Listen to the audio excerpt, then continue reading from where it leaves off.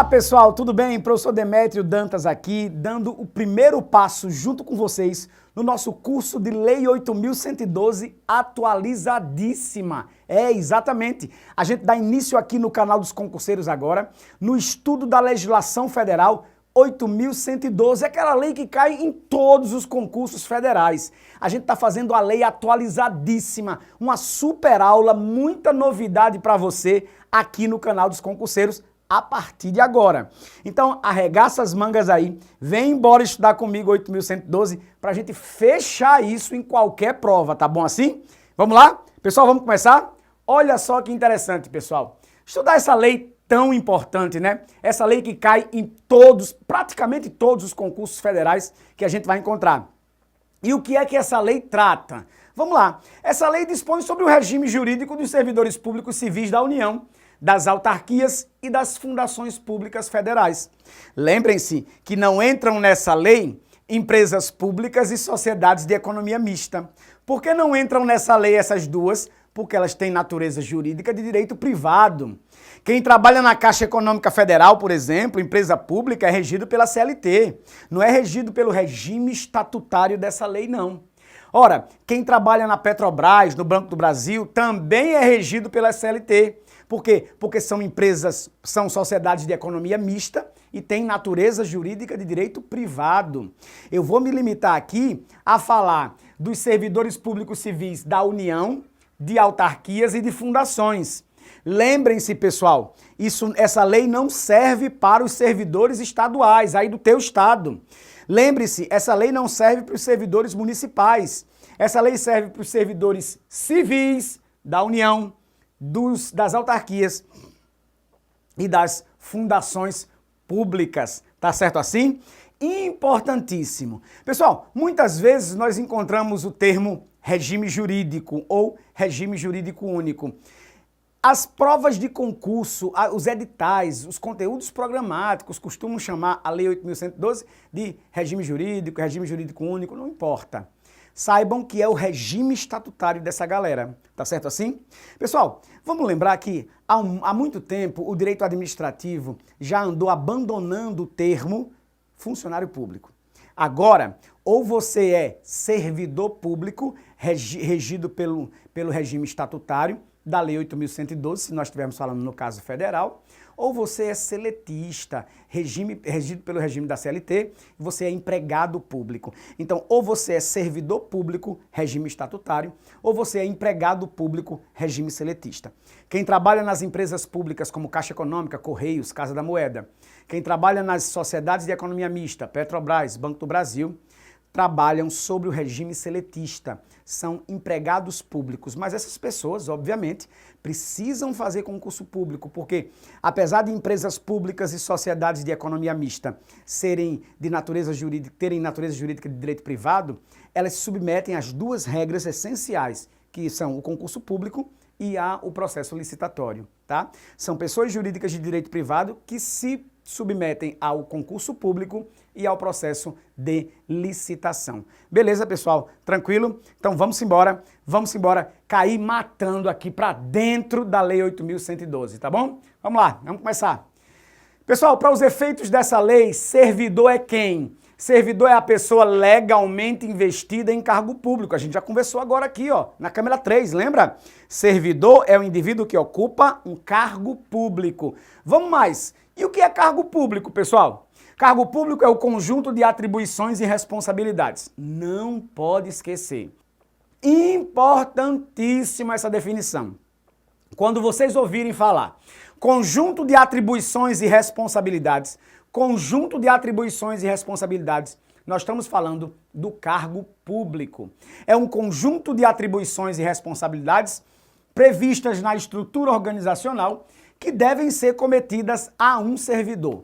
Conjunto de atribuições e responsabilidades cometidas a um servidor. Esse conjunto de atribuições e responsabilidades nós chamamos de cargo público, tá bom assim?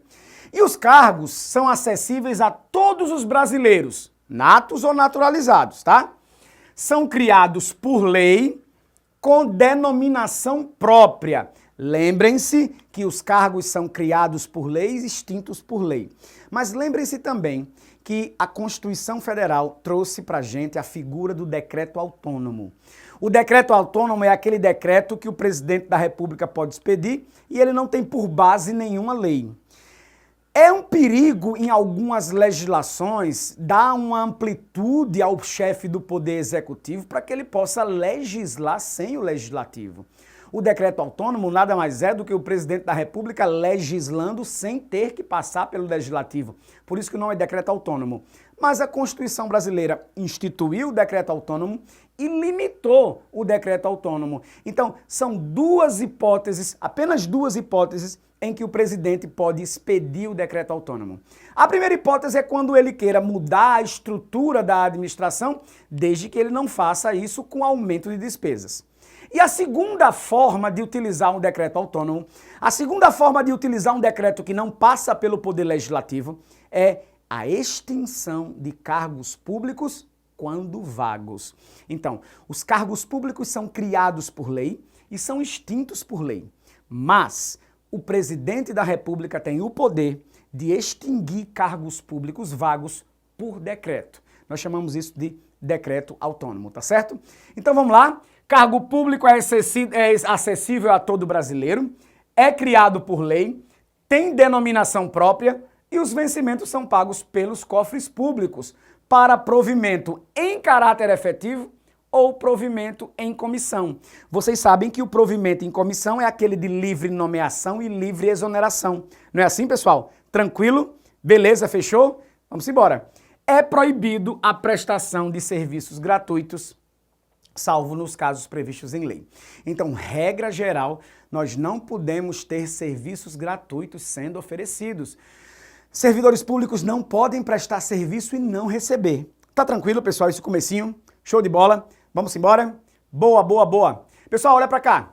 Requisitos básicos para investidura em cargo público.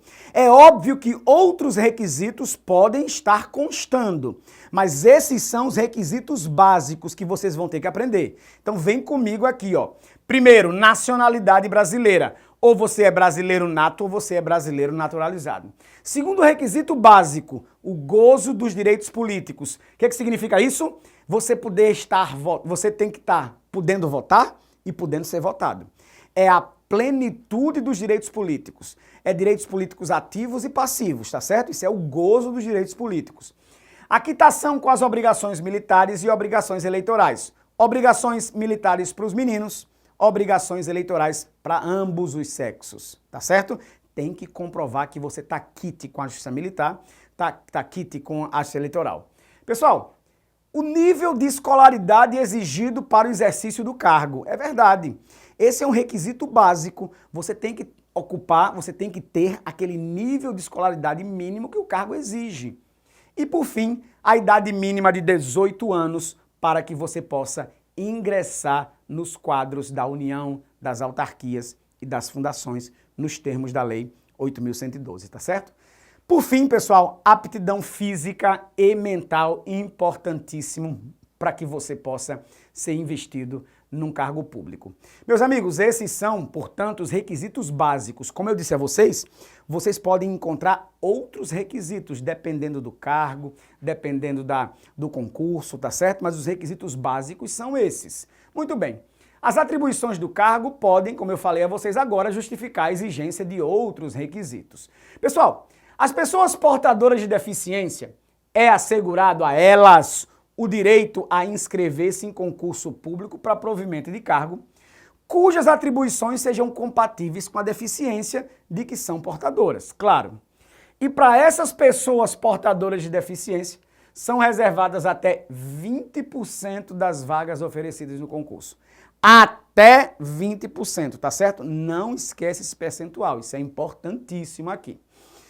Universidades e instituições de pesquisa científica e tecnológica federais poderão prover os seus cargos, o que é prover? Preencher os seus cargos com professores, técnicos e cientistas estrangeiros. É verdade, os estrangeiros podem fazer concurso no Brasil? Podem, para professores ou pesquisadores de universidades ou instituições de pesquisa científica e tecnológica. É a única possibilidade.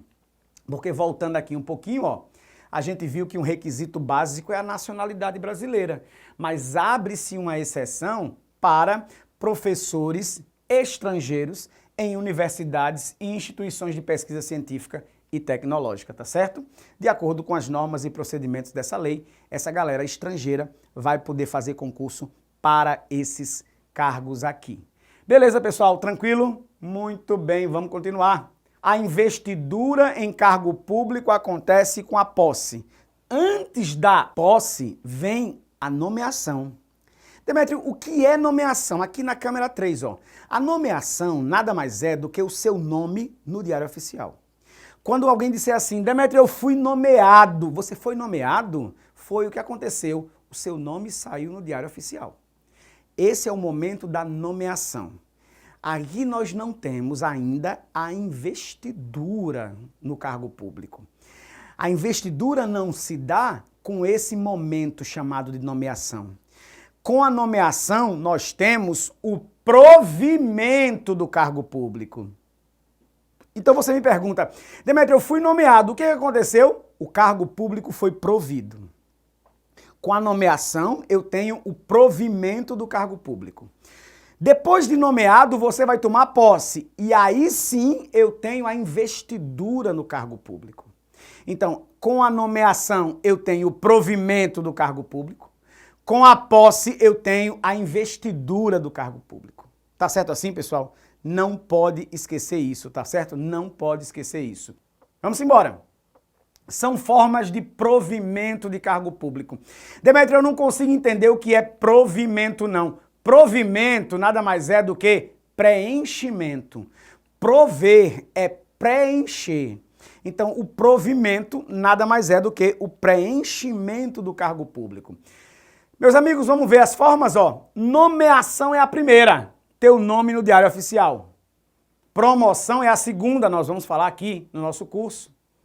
Ascensão, eu coloquei para mostrar a vocês que quando cair na tua prova, tu vai marcar errada a questão, porque a ascensão foi revogado desde 1997.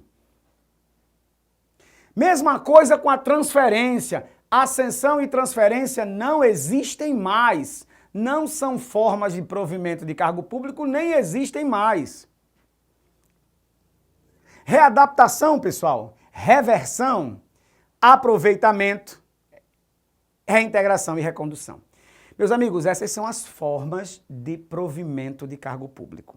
Quero deixar claro uma coisinha com vocês. Olha só, ascensão e transferência não existem mais, boa.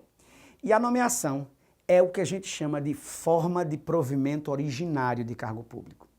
Quando perguntarem a vocês quais são as formas de provimento originário, você vai dizer assim, não existem quais são as formas, é uma forma só.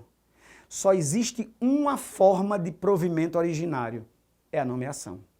As outras, a promoção, a readaptação, a reversão, o aproveitamento, a reintegração e a recondução, são formas de provimento derivado de cargo público.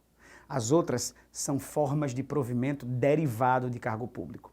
Então, qual é a única forma de provimento originário? Nomeação. E as outras são formas de provimento derivado. Tá bom assim? Tranquilo, pessoal? Esse é o nosso comecinho, é o comecinho do nosso estudo da Lei 8.112. É um estudo muito importante, é uma lei muito importante. Nós vamos passear por ela todinha, tá certo? Vocês vão fazendo as suas anotações, suas observações. Só deixar claro uma coisa, pessoal. Tu tá assistindo essa minha aula aqui, mas tu tem que estar ou com a Lei 8.112 aí do lado, ou você tem que já ter lido a Lei 8.112. Eu acho muito pouco provável o desempenho de vocês serem bom, o desempenho ser bom, se você está assistindo primeiro ao vídeo e só depois indo dar uma olhada na legislação. Prefiro que você dê uma olhada na legislação primeiro, ou acompanhe a legislação aí com você e aí assista o vídeo com a gente, tá bom? Grande abraço, eu encontro vocês no nosso próximo videozinho. É só dar um play aí, a gente continua. Abraço.